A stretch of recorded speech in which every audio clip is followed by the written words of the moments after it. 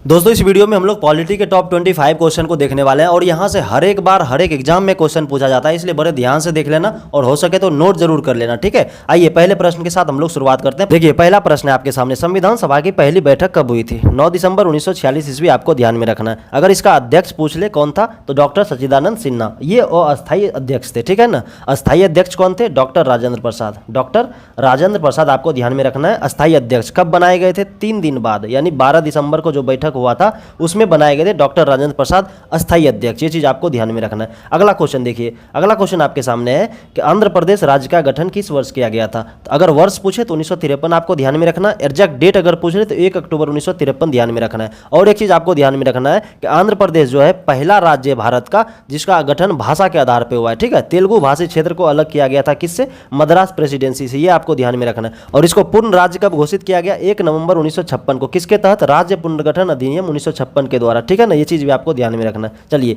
अगला क्वेश्चन देख लीजिए। अगला क्वेश्चन आपके सामने है कि मतदाता दिवस कब मनाया जाता है? बहुत इंपॉर्टेंट क्वेश्चन है। 25 जनवरी। पहली बार कब मनाया गया? 2011 को। 25 जनवरी 2011 आपको ध्यान में रखना है। नेक्स्ट देख लीजिए। नेक्स्ट क्वेश्चन आपके सामने है कि भारत सरकार का लेखांकन कार्य कौन करता है? तो आपको पता होना चाहिए महालेखाकार यानी सीएजी जिसको हम लोग बोलते हैं। इसका आर्टिकल बहुत ज्यादा जरूरी है। सीएजी किस आर्टिकल में? आर्टिकल 148। ये चीज आपको ध्यान में रखना है। एनटीपीसी में भी क्वेश्चन पूछा गया था सीएजी का आर्टिकल, तो 148 है। और यहाँ पे नीचे कुछ डिटेल भी लिखा हुआ। और अभी जो वर्तमान में जो सीएजी हैं वो है श्री के संजय मूर्ति। ये चीज आपको ध्यान में रखना। यहाँ पे पढ़ सकते हैं, डिटेल लिखा हुआ है, चाहे तो आप नोट भी कर सकते हैं। ठीक है ना। कारगिल दिवस कब मनाया जाता है? अच्छा, गठन वर्ष पूछ रहा है, किस वर्ष गठन हुआ था? तो 1999 आपको ध्यान में रखना, क्योंकि कारगिल युद्ध हुआ था 1999 में और भारत का उसमें जीत हुआ था, तो उसी का ये प्रतीक है। और कब मनाते हैं हम लोग? 26 जुलाई को मनाते हैं। ये ध्यान में रखना, कारगिल विजय दिवस 26 जुलाई। चलिए अगला क्वेश्चन देख लीजिए आप। अगला क्वेश्चन आपके सामने है कि भारत सरकार का प्रथम विधिक सलाहकार कौन होता है? विधिक सलाहकार महान्यायवादी। ठीक है, अटॉर्नी जनरल। इसका भी आर्टिकल बहुत ज्यादा जरूरी है। किस आर्टिकल में? ये अनुच्छेद 76 आपको ध्यान में रखना है। चलिए अब एक चीज बताइए, अभी वर्तमान में कौन है अटॉर्नी जनरल? आर वेंकट रमन्नी। ठीक है, वो आर वेंकट रमन्नी, ये आपको ध्यान में रखना है। और सबसे लंबा कार्यकाल के जो सीएजी बने हुए थे वो थे एमसी सीतलवार। ये भी आपको ध्यान में रखना, एमसी सीतलवार। इसका यहाँ पे कार्यकाल भी लिखा हुआ है। कार्यकाल ज्यादा जरूरी नहीं, लेकिन ये नाम बहुत जरूरी है। ठीक है ना। चलिए अगला देख लीजिए आप। अगला क्वेश्चन आपके सामने है, कह रहा है कि उद्देशिका का प्रस्ताव किसने प्रस्तुत किया था? तो पंडित जवाहरलाल नेहरू। करेक्ट आंसर हो जाएगा।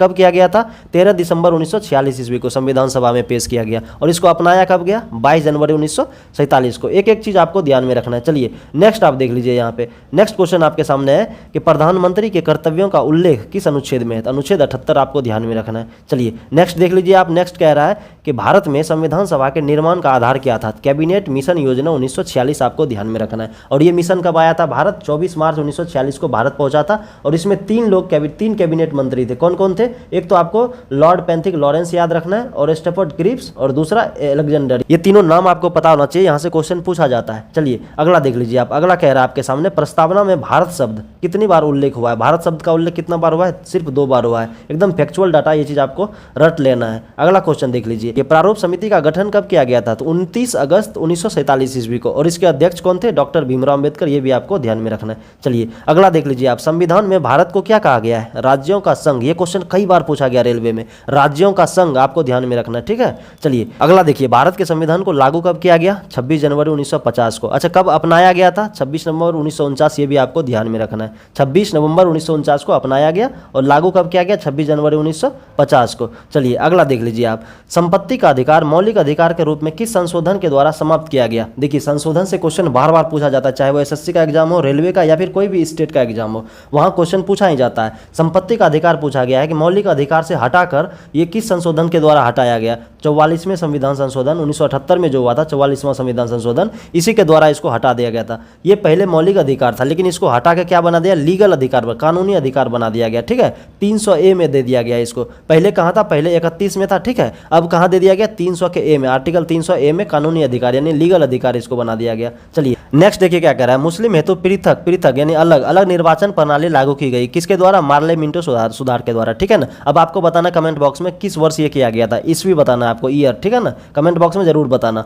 चलिए अगला क्वेश्चन देख लीजिए। 10वीं अनुसूची का संबंध किससे है? दल बदल विधेयक, दल बदल कानून से ये संबंधित है। ये चीज आपको ध्यान में रखना। चलिए अगला देख लीजिए आप। अगला क्वेश्चन क्या कह रहा है कि उद्देश्य प्रस्ताव कब प्रस्तुत किया गया था? अभी बताए थे आपको। चलिए बताइए। 13 दिसंबर 1946 को। ये ध्यान में रखना है आपको। नेक्स्ट आप देख सकते हैं यहाँ पे। नेक्स्ट क्वेश्चन है, क्वेश्चन नंबर 17 में कह रहा है, नगर पालिकाओं को संवैधानिक मान्यता किस संशोधन संविधान द्वारा प्रदान किया गया था? आंसर हो जाएगा 74वां संविधान संशोधन। 1992 में ये हुआ था, लेकिन लागू कब हुआ? 1 जून 1993 में। ये चीज़ भी आपको ध्यान में रखना है। चलिए अगला देख लीजिए, झंडा समिति के अध्यक्ष कौन थे? JB कृपलानी। ये चीज़ आपको ध्यान में रखना है। धार्मिक स्वतंत्रता का अधिकार किस अनुच्छेद के अंतर्गत आता है? तो अनुच्छेद 25। ये चीज़ आपको ध्यान में रखना है। देखिए आर्टिकल से बहुत सारा क्वेश्चन पूछा जाता है। अगला देखिए यहाँ पे, पंचायती राज दिवस कब मनाया जाता है? 24 अप्रैल। भारत के तत्कालीन प्रधानमंत्री मनमोहन सिंह ने 24 अप्रैल 2010 को पहला पंचायती दिवस मनाया था, ठीक है, घोषित किया गया था।